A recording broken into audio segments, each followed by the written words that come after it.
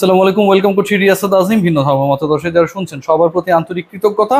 অনেকেই জানার চেষ্টা করছেন যে তামিম ইকবাল তিনি কি বাংলাদেশ জাতীয়তাবাদী দলের রাজনীতির সাথে জড়িয়েছেন কিনা, তিনি বাংলাদেশ ক্রিকেট বোর্ডের যে আপকামিং ইলেকশন রয়েছে সেখানটায় অংশগ্রহণ করছেন কিনা, এবং থার্ড যে প্রশ্ন, এটা গুরুত্ব তুলনামূলকভাবে কম, সেটা হচ্ছে তিনি কি পরবর্তী জাতীয় সংসদ নির্বাচনে কোনো একটা পার্টিকুলার দলের হয়ে অংশগ্রহণ করতে যাচ্ছেন কিনা।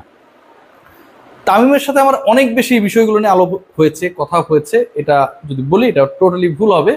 টুকটাক কথাবার্তা হয়, বাট ইনডেপথ এইসব বিষয়ে কথা হয়নি। Number one. নাম্বার টু যেটা, সেটা হচ্ছে যে তিনি আসলে কোনো রাজনৈতিক দলের সাথে নিজেকে যুক্ত করতে যাচ্ছেন কিনা, এবং সেটা হচ্ছে সবচেয়ে গুরুত্বপূর্ণ প্রশ্ন। আপনারা সবাই জানেন যে একদিন আগে বাংলাদেশ জাতীয়তাবাদী দল বিএনপির একটা যুব সমাবেশে তিনি অংশগ্রহণ করেছিলেন চট্টগ্রামে।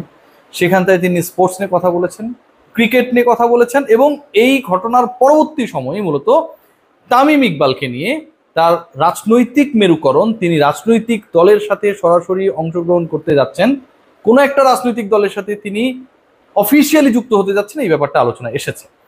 আমি এই আলোচনায় যাব। প্রথমে এই আলোচনায় যাবার আগে, মানে এটা ঠিক বেঠিক সেই আলোচনায় যাবার আগে একটু আমার মতামতটা দিই। তামিম ইকবাল বা বাংলাদেশের যে কোনো সুপারস্টার, এটা মাহমুদুল্লাহ বা মুশফিকও হতে পারে, সাকিব মাশরাফি তো এর আগে আসলে এই পথে হেঁটেছেন, তাদের যে কেউ যদি এই মুহূর্তে যে কোনো রাজনৈতিক দলের সাথে যুক্ত হন, আমি পার্সোনালি মনে করি এটার এই মুহূর্তে প্রয়োজন নেই। আমি এর মানে এই না যে পার্টিকুলার কোনো একটা দলের বিপক্ষে বলছি বা পার্টিকুলার কোনো ক্রিকেটার এগেনস্টে বলছি। বাংলাদেশের ইতিহাসে এই যে সাকিব, তামিম, মুশফিক, মাশরাফি, মাহমুদুল্লাহ পাঁচজনের নাম বললাম, এদের অবস্থানটা না একটু ডিফারেন্ট। ধরেন মোহাম্মদ শরীফ বাংলাদেশে আরেকজন পেসার ছিলেন, তিনি কোনো একটা রাজনৈতিক দলের সাথে যদি যুক্ত হন, জাভেদ ওমর বেলিম ভাই যদি কোনো একটা রাজনৈতিক দলের সাথে যুক্ত হন, এগুলো নিয়ে তুলনামূলকভাবে আলোচনা খুব বেশি হবে না।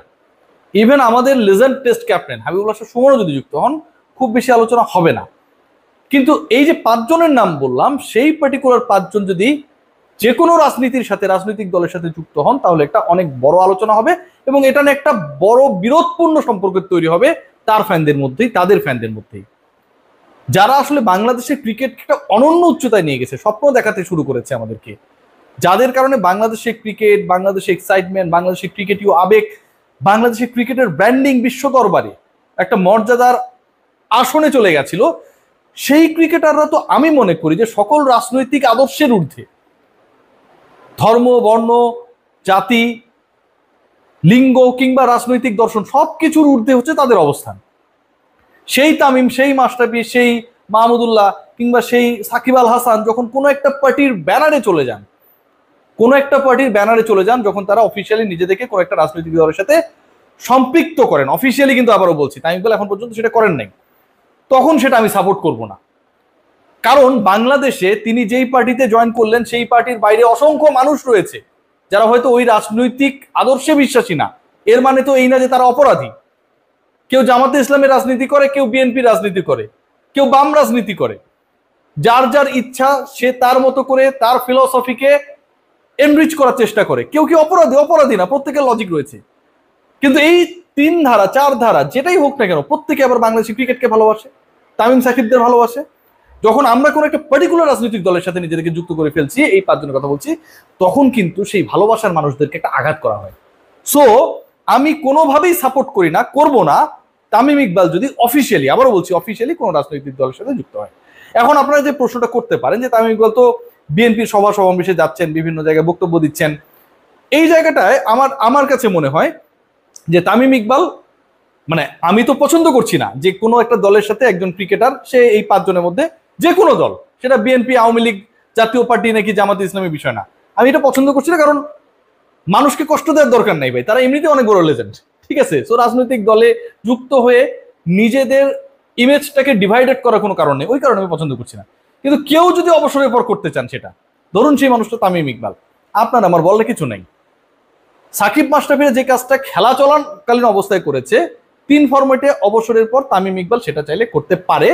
আবারও বলছি, সেটাকে আমি আমার জায়গা থেকে ইতিবাচক ভাবে দেখবো না। কারণ আমি একজন ফ্যানের দৃষ্টিতে যখন দেখবো আমাদের লিজেন্ডকে, তখন আমার কাছে মনে হবে তিনি সকল ধরনের ডিভাইডেশনের ঊর্ধ্বে নিজেকে রাখার চেষ্টা করবেন।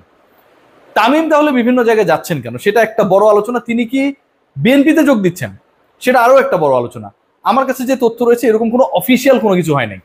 তামিম ইকবাল কোনো রাজনৈতিক দল, সেটা যেই রাজনৈতিক দলই হোক, কোথাও জয়েন করছেন, যুক্ত হচ্ছেন, কোনো রাজনৈতিক দলের ব্যানারে পরে ইলেকশন করবেন বা বিসিবিতে আসবেন, কোনো একটা পার্টিকুলার রাজনৈতিক দলে সক্রিয়ভাবে অংশগ্রহণের মাধ্যমে, অফিসিয়ালি পথ নেওয়ার মাধ্যমে সেরকম কোনো কিছু আমার অন্তত জানা নাই। আমি আমার সোর্স দিয়ে জানার চেষ্টা করেছি, এরকম কোনো তথ্য আমার কাছে নেই প্রথমত। দ্বিতীয় যেটা, সেটা হচ্ছে তাহলে তিনি এসব বিভিন্ন প্রোগ্রামে যাচ্ছেন কেন? এখন দেখুন, তামিম ইকবাল বা একজন লেজেন্ডকে, সচিন টেন্ডুলকার, তিনিও তো নরেন্দ্র মোদীর সাথে আমরা দেখবো যে কোন একটা প্রোগ্রামে হয়তো ডেকেছে গেছেন। বলিউডের স্টাররা, সালমান খান, শাহরুখ খান, তাদেরকে আমরা কখনো সোনিয়া গান্ধীর সাথে দেখি, কখনো রাহুল গান্ধীর সাথে দেখি, কখনো মোদীর সাথে দেখি। সো এই জিনিসটা যদি এমন হয়, তামিমের মনে কি আছে সেটা তো আমি জানি না। এই জিনিসটা যদি এমন হয় যে একটা যুব সমাবেশ তিনি গেছেন, তিনি যেতেই পারেন, ইন্সপায়ার করতেই পারেন। বিএনপির যুব সমাবেশে যেই পোলাপান্না গেছে, কম বয়সী ছেলেপেলেরা গেছে যারা ক্রিকেটকে ভালোবাসে, তাদের সাথে তিনি মতামত ব্যক্ত করলে, তাদের মনের ভাব জানার চেষ্টা করলে, নিজের ফিলসফির কথা বললে, ক্রিকেট নিয়ে আলোচনা করলে দোষের তো কিছু নাই ভাই। অন্য যে রাজনৈতিক দলগুলো তারাও তামিমকে ডেকে পাঠাতে পারেন বা তামিমকে ইনভাইট করতে পারেন তাদের যে যুব সমাবেশ, সেখানটায় তিনি যাচ্ছেন কিনা আমি নিশ্চিত যে সেখানটাও তিনি না করবেন না।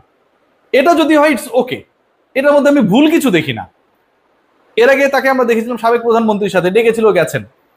এখন যদি তিনি নেই, অন্য রাজনৈতিক দলের যুব সমাবেশে যদি তামিম ইকবালকে আইকন মনে করা হয়, সেখানটায় গেলে আমি দোষের কিছু দেখি না, সেখানটায় তিনি যেতেই পারেন। কিন্তু যে ব্যাপারটা আমি আবারও বলবো, যে বাংলাদেশের আইকনিক ক্যারেক্টার যারা, তাদেরকে সরাসরি এই রাজনীতির সাথে যুক্ত হওয়ার দরকার নেই, কারণ আমাদের এক্সপেরিয়েন্সটা সোফার ভালো না। এখন পর্যন্ত যে এক্সপেরিয়েন্সটা আমরা পেয়েছি সেটা খুব একটা ভালো না। তার মানে কি, পাবলিকের দৃষ্টিভঙ্গি, যারা ক্রিকেটকে পছন্দ করে তারা আসলে আমাদের সুপারস্টারদেরকে একটা নিরপেক্ষ জায়গায় দেখতে পছন্দ করে। তারা সবার, তারা আওয়ামী লীগ, বিএনপি, জামাত, শিবির, জাতীয় পার্টি, বাম, তাদের এই ভেদাভেদ থাকবে না। তারা সবার, তারা সাধারণ মানুষের পক্ষে কথা বলবে, সাধারণ মানুষের পাশে দাঁড়াবে, সাধারণ মানুষের অধিকার নিয়ে কথা বলবে। আর যদি তাদেরকে এমপি মন্ত্রী হইতেই হয়, তামিম ইকবাল, মাহমুদুল্লাহ রিয়াদ, মুশফিকুর রহিম কিংবা আমাদের মাশরাফি সাকিবদের সেই ইমেজ রয়েছে যে তারা এমনিতেও যদি রাজনীতি না করেও যদি কোথাও কোনো সংসদীয় আসনে ভোট করেন, তারা এমনিতেই জিতবেন।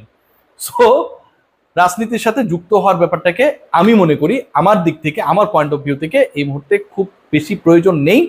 এবং তামিম ইকবাল এখন পর্যন্ত কোনো রাজনৈতিক দলের সাথে সরাসরি সম্পৃক্ত হচ্ছেন এরকম খবরটাও আমার কাছে নেই। যদি থাকতো নিশ্চয়ই আমি শেয়ার করতাম। এবং তিনি যদি এরকম কোনো কিছু করেন, সেটা আমি বলবো যে তার ফ্যান বেস যারা, তাদের একটা বড় অংশ আঘাতপ্রাপ্ত হবেন, এটা নিয়ে কোনো ধরনের ডাউট নেই।